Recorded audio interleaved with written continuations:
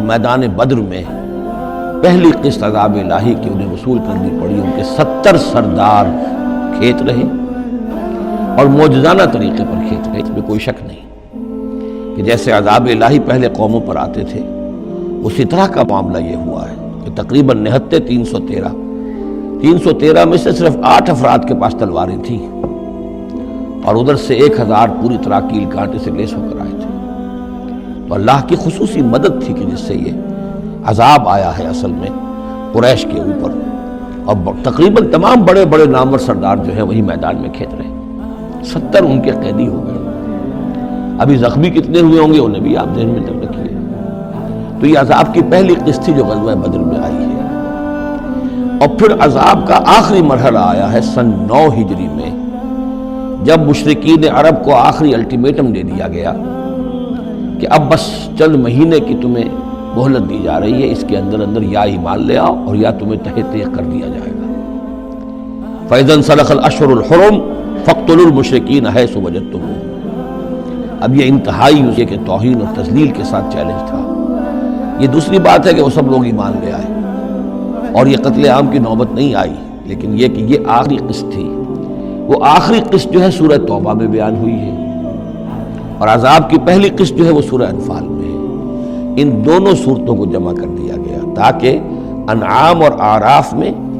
بنو اسماعیل پر یا مشرکین عرب پر اتمام حجت، اور انفال اور توبہ میں ان پر جو عذاب الہی نازل ہوا اس کی تفصیل۔ تو یہ تو ہے معنوی ربط اس گروپ کی مکی اور مدنی صورتوں کے مابین۔ باقی جو یہ سورہ انفال ہے اس کے بارے میں نوٹ کر لیجئے کہ غزوہ بدر کے فوراً بعد متصلاً بعد نازل ہوئی ہے، گویا کہ سورہ آل عمران جو ہم پڑھ چکے ہیں اس سے پہلے ہے اس کا نزول، اس کے اکثر و بیشتر حصے سے پہلے نازل ہوئی ہے۔ تو یہ زمانی ترتیب جو ہے اگر یہ ذہن میں نہ رہے تو پھر اس سے کافی خلجان پیدا ہو جاتا ہے۔ اس کا جو پس منظر ہے وہ یہ غزوہ بدر کا معاملہ سمجھنا بہت ضروری ہے۔ دیکھیے یہاں تفصیل کا موقع تو ہے نہیں، میں نے سیرت النبی علیہ صاحب الصلاۃ والسلام سے منہج انقلاب نبوی کے جو مختلف سٹیپس ہیں کہ اس میں کن کن مراحل سے ہو کر آپ نے دین کے غلبے کا جو فرض منصبی آپ کے حوالے کیا گیا تھا اس کی تکمیل فرمائی۔ تو اس میں یوں سمجھیے کہ ایک مرحلہ تھا جو مکے میں طے ہو گیا، اور وہ اصل میں 4 مرحلے تھے: دعوت، تنظیم، تربیت اور صبر محض۔ وہاں ہاتھ اٹھانے کی اجازت نہیں تھی۔ ہم پڑھ آئے ہیں، سورہ نساء میں آ چکا ہے کہ اس وقت حکم تھا کفو ایدیکم، اپنے ہاتھ بندھے رکھو، تمہارے چاہے ٹکڑے اڑا دیے جائیں، تمہیں زندہ جلا دیا جائے، تم کوئی انتقامی کارروائی تو دور کی رہی، مدافعانہ کارروائی بھی نہیں کرو گے۔ نو ریزنگ آف ہینڈس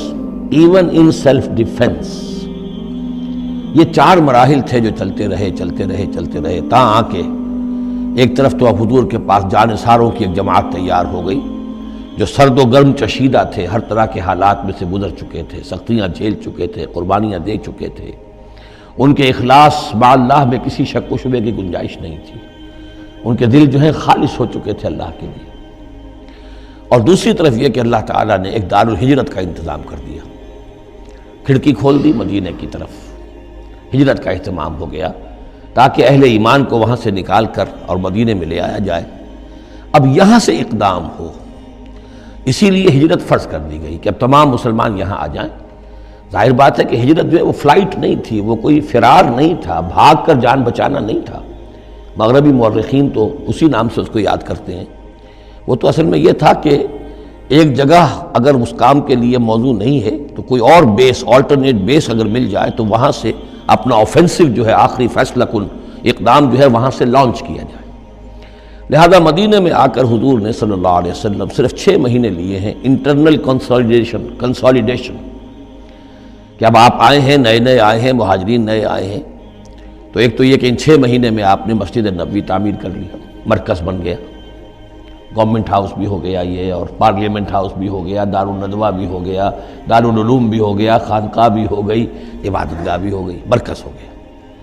ثانیاً آپ نے انصار اور مہاجرین کے اندر مواخات کرا دی، ایک انصاری ایک مہاجر بھائی بنا دیا۔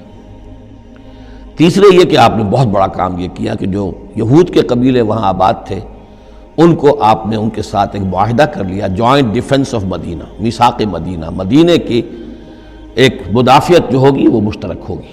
کوئی بھی حملہ آور آئے گا باہر سے تو مل کر مسلمان اور یہودی اس معاملے میں ایک ملت ہوں گے اور دفاع کریں گے مدینہ کا۔ بس 6 مہینے آپ نے اس کام میں لیے، 7ویں مہینے سے پھر آپ نے کچھ چھوٹے چھوٹے دستے بھیجنے شروع کر دیے، چھاپا مار دستے سمجھ لیجئے، کہ جس سے وہ جو کیروان روٹس تھے، قریش کی لائف لائن یہی تھی، ان کا تجارتی سلسلہ تھا،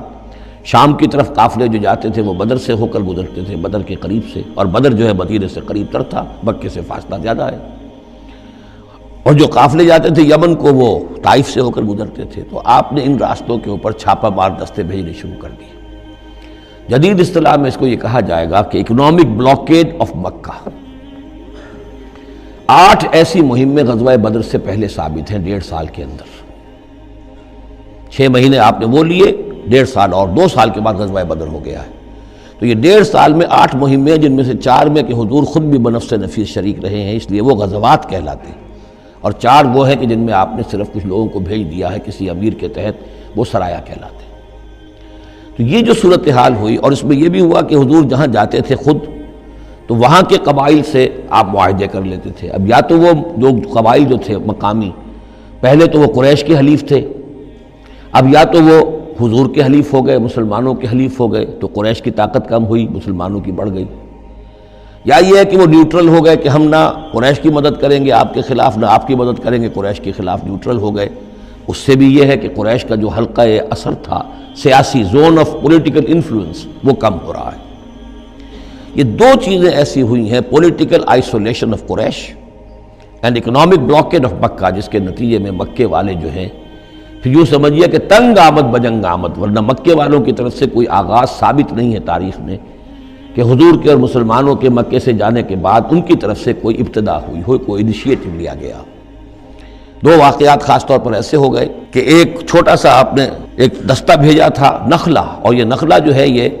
مکے اور طائف کے مابین، تو سمجھیے کس قدر فاصلے پر، اور وہاں مٹ بھیڑ ہو گئی، جو مسلمان وہاں بھیجے گئے تھے ان کے کفار کے ساتھ۔ وہاں ایک مشرک مکے کا مارا گیا، ایک کو انہوں نے قید کیا، ساتھ لے آئے، کچھ سامان جو ان کا تجارت تھا وہ بھی لے آئے، وہ مال غنیمت سمجھ کر۔ تو حضور اگرچہ ناراض ہوئے کہ میں نے تمہیں لڑنے کا حکم نہیں دیا تھا، میں نے اس لیے بھیجا تھا کہ وہاں رہو اور قریش کی نقل و حرکت سے ہمیں مطلع کرتے رہو، لیکن اب سچویشن پیدا ہو گئی، گویا کہ یہ چاہے ارادہ تھا یا نہیں تھا، ڈی فیکٹو شکل یہی ہوئی کہ اقدام ہو گیا مسلمانوں کی طرف سے، اب آغاز ہو گیا مسلمانوں کی طرف سے۔ ادھر جب ابو سفیان لے کر جا رہے تھے بہت بڑا قافلہ شام کی طرف، تو حضور نے اس کا تعاقب کیا، لیکن وہ تیزی سے نکل گئے تھے۔ لیکن جب واپس آ رہے تھے اور 50,000 دینار کا سامان تھا ان کے قافلے کے اندر، بہت لدا پدا قافلہ، انہیں یہ خطرہ ہوا کہ اب پھر محمد صلی اللہ علیہ وسلم اور ان کے ساتھی کہیں لوٹیں گے ہمیں اور ہمارے اوپر حملہ کریں گے، روکیں گے ہمارا راستہ۔ تو انہوں نے یہ کی دوہری حکمت عملی کی کہ ایک تو یہ کہ ایک سوار بھیجا آگے، تیزی کے ساتھ دوڑایا کہ مکے جاؤ اور کہو کہ ہمارے قافلے کو خطرہ ہے محمد سے صلی اللہ علیہ وسلم، لہذا مدد بھیجو۔ اور ادھر یہ کیا کہ وہ عام راستہ جو تھا، جو بدر سے ہو کر گزرتا تھا، اسے چھوڑ کر ساحل سمندر کے ساتھ ساتھ نیچے سے ہو کر وہ نکل بھی گئے۔ اب وہاں مکے میں یہ دونوں چیزیں بیک وقت پہنچ گئیں، ایک طرف وہ نخلا سے لوگ روتے پیٹتے چیختے چلاتے ہمارا آدمی مار دیا محمد کے آدمیوں نے، وہ آ گئے، ادھر سے وہ آ گیا جو ابو سفیان کا بھیجا ہوا تھا ایلچی کہ دوڑو دوڑو دوڑو تمہارا قافلہ محمد لوٹنے والے ہیں اور یہ ہے اور وہ ہے۔ بس وہ وار کرائی وہاں ہوئی اور 1000 کا لشکر جو ہے وہاں پر پھر جمع کیا گیا اور 900 اونٹ فراہم کیے گئے اور 100 گھوڑوں کا ایک رسالہ تیار کیا گیا اور وہ لوگ مکے سے نکل آئے۔ یہ صورتحال ادھر ہو رہی تھی۔ ادھر یہ ہے کہ حضور صلی اللہ علیہ وسلم نے مدینہ میں پہلے تو یہ فیصلہ کیا تھا کہ اب یہ قافلہ واپس آنے والا ہے تو اب اس قافلے کا تعاقب کریں، ابھی جنگ وغیرہ کا آپ کو گمان نہیں تھا، ابھی مدینہ ہی میں آپ نے یہ جو ہے اس ایسا ارادہ ظاہر کیا کہ جیسے پہلے بھی گئے تھے، جب قافلہ جا رہا تھا شام کی طرف تو تعاقب کیا تھا، ایسے جب آ رہا ہے تو اسے انٹرسیپٹ کریں۔ لہذا ایک تو مشاورت ہوئی ہے مدینہ میں، آیا چلنا چاہیے یا نہیں چلنا چاہیے، وہ میں بعد میں عرض کروں گا جب ہم آیتیں پڑھیں گے۔ پھر جب کچھ لوگ نکل آئے اور یہ نہیں سمجھا گیا تھا کہ کوئی جنگ ہونی ہے، کوئی بڑا لشکر آ رہا ہے، اس وقت تک اطلاع نہیں تھی، اسی لیے بس جو جس کے ہاتھ میں آیا، کسی کے پاس نیزہ تھا، کسی کے پاس کچھ اور تھا، تلواریں 8 تھیں، گھوڑے کل 2 تھے، وہ چل پڑے۔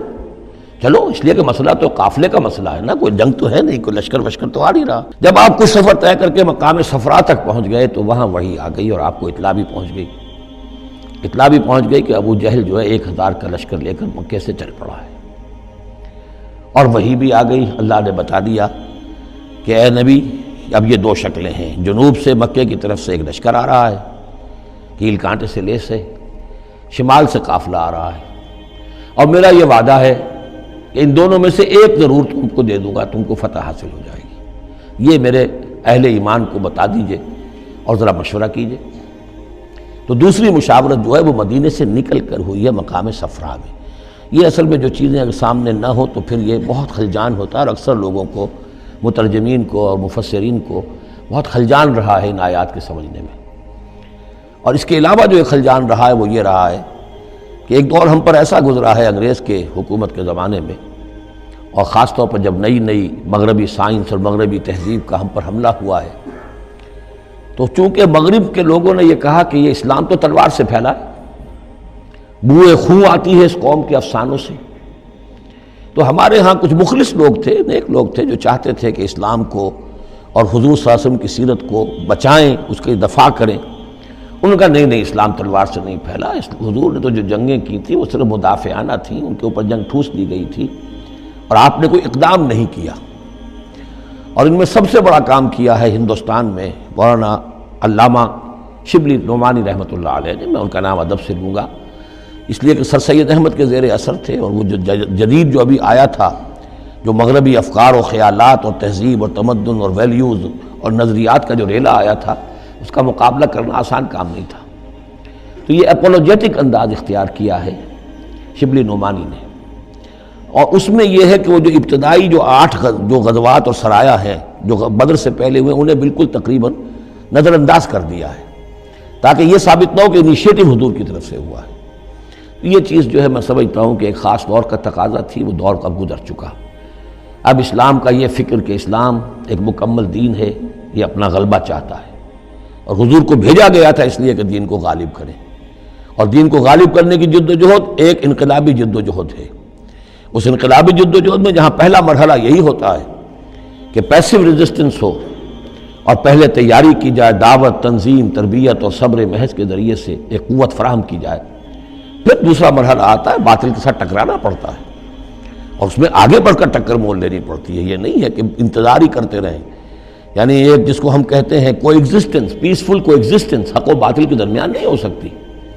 حق کیسے تسلیم کر سکتا ہے کہ باطل بھی موجود رہے؟